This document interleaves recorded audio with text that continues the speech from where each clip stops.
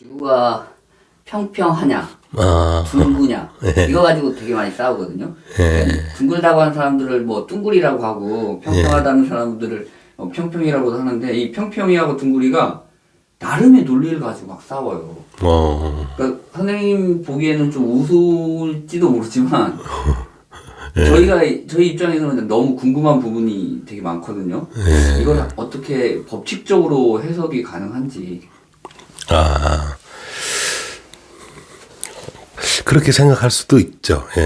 근데 법칙적으로 말씀을 드리자면, 제가 왜 예전에 수 얘기할 때 1과 2 사이에 원이 있다라고 말씀을 드렸잖아요. 그죠?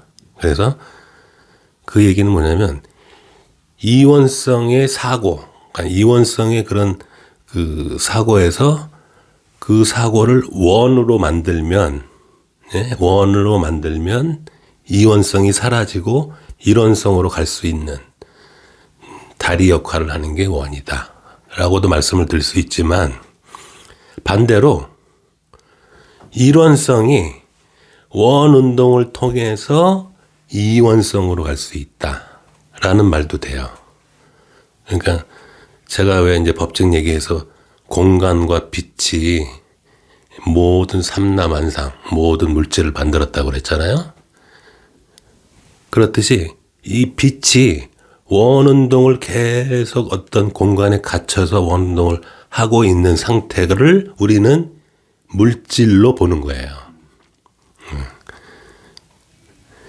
자, 그러면은 이 법칙을 우선 알아야 이해가 되는 얘기라서 이 얘기를 하는 겁니다. 전에도 말씀드렸다시피 이 공간이 수축성이 있다고 그랬잖아요. 공간이. 그래서 이 공간이 이렇게 수축이 돼서 그 안에 빛이 갇혀 있는 상태, 그 상태가 왜 물질이라고 그랬잖아요. 근데 이 공간이 계속 쌓이고 계속 쌓이다 보면은, 그러니까 이런 식의, 이렇게 보시면 알겠지만 이렇게 층이 진다고 해요. 층이. 층이 지기 때문에 마치 우리가 계단 올라가는 식으로 양자역학이, 그래서 양자역학 현상이 일어나는 거예요. 그 공간의 층 때문에. 순간 이동하듯이. 그렇죠. 그러니까 요 층만 통해서 빛이 이동을 하기 때문에 이 중간이 없는 거라고요. 그러니까 과학자들이 이거 왜 그러지? 거시세계에서는 절대로 이런 일이 안 일어나는데 왜 미시세계에서는 왜 이런 일이 일어나지? 라고 그게 아직도 의문을 갖는 이유가, 미시세계에서 이제 그렇게 공간에 층이 졌다라는 사실을 아직도 모르기 때문에 그런 거고, 이거는 이제 곧 밝혀지겠죠, 이제. 그렇듯이 우리가 사는 세상도 이렇게 층이 져 있어요, 공간이. 근데 이제 이게 워낙 크다 보니까 이 층의 단위가 커지고, 그러니까 이게 우리가 해상도라고 그러죠, 왜? 화면의 해상도. 그러니까 미시세계라는 건 해상도 깊게 들어간 내용이죠, 그죠? 우리가 해상도가 아무리 좋은 TV고 모니터라고 해도 우리가 아주 돋보기를 갖고 자세히 보면 층이 다 젖어 있죠. 그러니까 미시세계를 본다는 건 그 층을 본다는 거예요. 공간의 층을. 근데 그게 공간이 층이 졌다라는 사실을 모른다는 거죠, 사람들이. 우리는 해상도 높은 모니터나 TV를 볼 때 그 층이 졌다는 걸 확인이 되잖아요. 근데 공간은 그게 확인이 안 돼요. 확인이 어떻게 되냐면 양자역학의 현상으로 나타난다고요. 근데 과학자들이 그게 공간의 층이 졌다라는 유추를 못 해내는 거예요. 이해하셨죠? 공간에 층이 졌다라는 사실을 알면 그게 바로 이게 공간에 층이 져서 이런 현상이 나타나는 게 당연하지 라고 생각할 텐데, 공간에 층이 졌다라고는 생각을 못하니까 층이 진 그 현상을 이해를 못하는 거예요. 그러니까 미시세계에서도 거시세계 마냥 공간에 층이 없다라고 생각하는 거예요. 우리가 거시 세계에서 공간이 층이졌다는 건 안 보이잖아요. 그죠? 왜? 워낙 해상도가 크기 때문에. 미시 세계에서나 들어가 봐야만 보이는 해상도를 갖고 있다고 해요. 공간의 해상도가.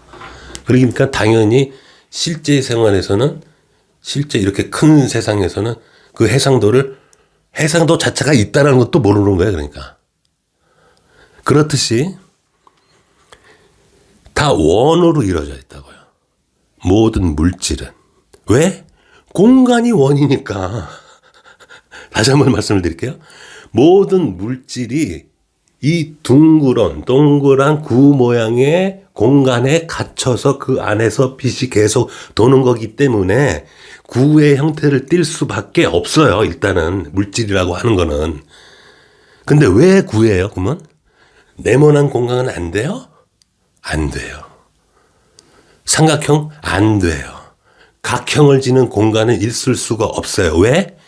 제가 전에 뭐라고 그랬어요? 공간은 소인수 분해하는 성질이 있다고 그랬죠? 그래서 무조건 소인수가 되는 만약에 어떤 공간이 있으면 그것도 나눠요, 공간은. 무조건 나눈다고요. 나눌 수 있는 거는 다 나눠요. 근데 전에 제가 어떻게 말씀드렸어요? 소수는 못 나눈다고 그랬죠, 소수. 소수는 안 나눠지는 게 소수라고 하는 거잖아요. 그래서 모든 존재하는 원자, 물질의 존재 이유가 그 안에 있는 개체의 수가, 빛의 개체의 수가 다 소수로 이루어져 있다고요.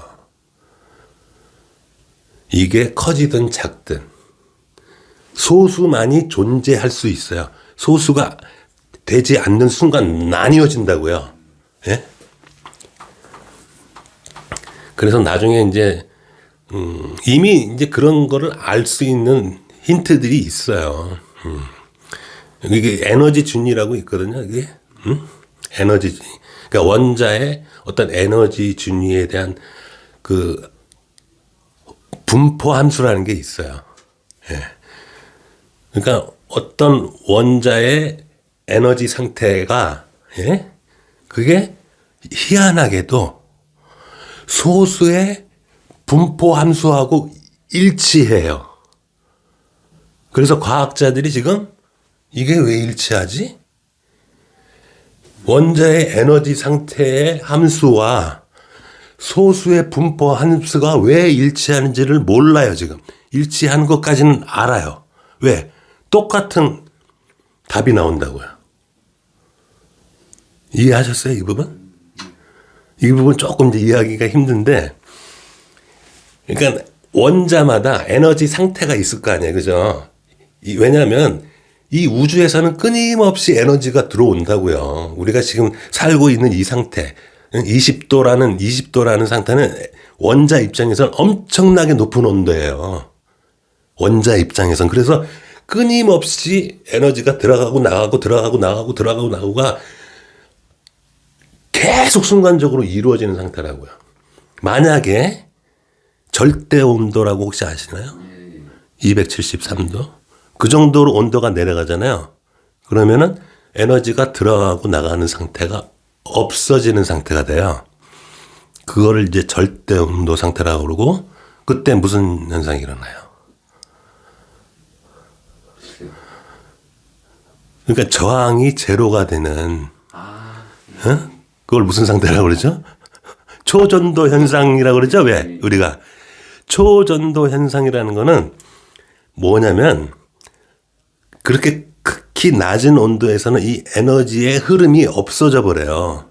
들어가고 나가고가 없다고요. 그러니까 이 안에 있는 빛이 고정된 궤도만 돌게 돼 있다고요. 그러면 이게 빛이 들어가고 나가고 들어가고 나가고 하면서 이 궤도가 자꾸 바뀐다고요. 이게.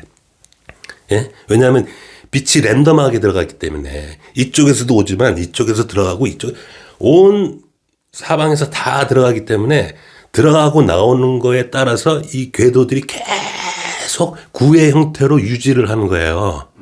우리가 풍선을 불면 동그랗게 유지가 되는 게 그 안에 있는 기체가 모든 방향으로 움직이기 때문에 동그랗듯이 계속 이 구의 형태를 이루고 있는 게 들어가는 빛과 나가는 빛이 계속 들어가고 나가는 걸 유지하기 때문에 계속 그 구의 형태를 이루고 있는 거라고요. 그러면서 어떤 특정한 방향의 궤도는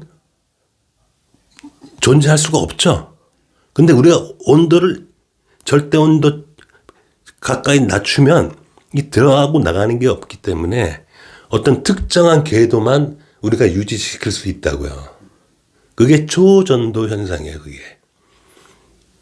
선생님, 저번에 그 달이 지구를 돌잖아요. 네. 근데 달은 직진한다고 얘기를. 그렇죠. 그게 왜냐면, 그러니까 아까도 이제 계속 이제 말씀을 이어서 가자면 이렇게 모든 존재하는 물체 안에는 그 공간이 이렇게 층이 져 있어요. 우리 눈에 보이진 않지만 그 층이 구의 형태로 띄어 있고 있다고요. 이렇게 아까도 말씀드렸지만 이렇게 구의 형태로 계속 쌓이는 거예요. 그러니까 이 안쪽에 구는 굉장히 밀도가 높은 구예요. 그러니까 이 밀도 차이가 나는 거라고요. 그러니까 역시 지구나 달 모든 천체들의 겉은 다 그 형태가 공간의 형태가 구의 형태를 띠고 있는 거고 그 구의 형태를 띠는 그 상태를 직진을 하는 거라고요. 달의 입장에서는. 예? 그렇죠. 그러니까 달의 입장에서는 자기는 직진을 하는 거라고요. 휘어진 구의 형태의 공간을. 그래서 달의 입장에서 보면 평평하게 간다라고도 할 수 있는 거예요. 그죠? 왜? 휘어진 공간을 직진하기 때문에. 근데 그 달을 벗어나서 바깥에서 보면 달은 그 구부러진 공간을 회전 운동하고 있는 거죠. 그러니까 우리가 물질이 지구가 평평하다, 동그랗다라고 말할 수 있는 거는 지구 안쪽에서 바라봤을 때는 평평하다고 말할 수 있는 거예요. 왜냐하면 지구 자체의 공간이 둥그렇기 때문에 둥그런 공간 안에서 둥그런 것을 평평하다라고 얘기할 수 있다고요. 시야가 조금. 근데 지구 개 바깥에서 나오면 아, 지구가 이렇게 동그랗게 되어 있구나라는 걸 바로 알 수가 있다고요. 한마디로 좁은 시야로 보면. 그렇죠. 그러니까 그 개 안에서 보면 평평하다고 할 수 있는데 좀 더 시야를 넓혀서 그 개 바깥에서 보면 둥그런 거를 바로 확인할 수가 있는 거라고요. 그러니까 평평한 설이 있고 둥근 설이 있다라고 했을 때 둘 다 맞아요. 시야의 문제예요. 시야에. 평평하다고 생각하시는 분들은 시야가 좀 좁은 거고 둥그렇다고 생각하는 분은 이 개 바깥에 지구개 바깥에서 바라본 시각으로 봤을 때 둥그렇다고 말을 하는 거죠. 근데 생각을 해보세요. 어느 게 진실이에요? 둥근 게 진짜. 그렇죠. 당연하죠. 예.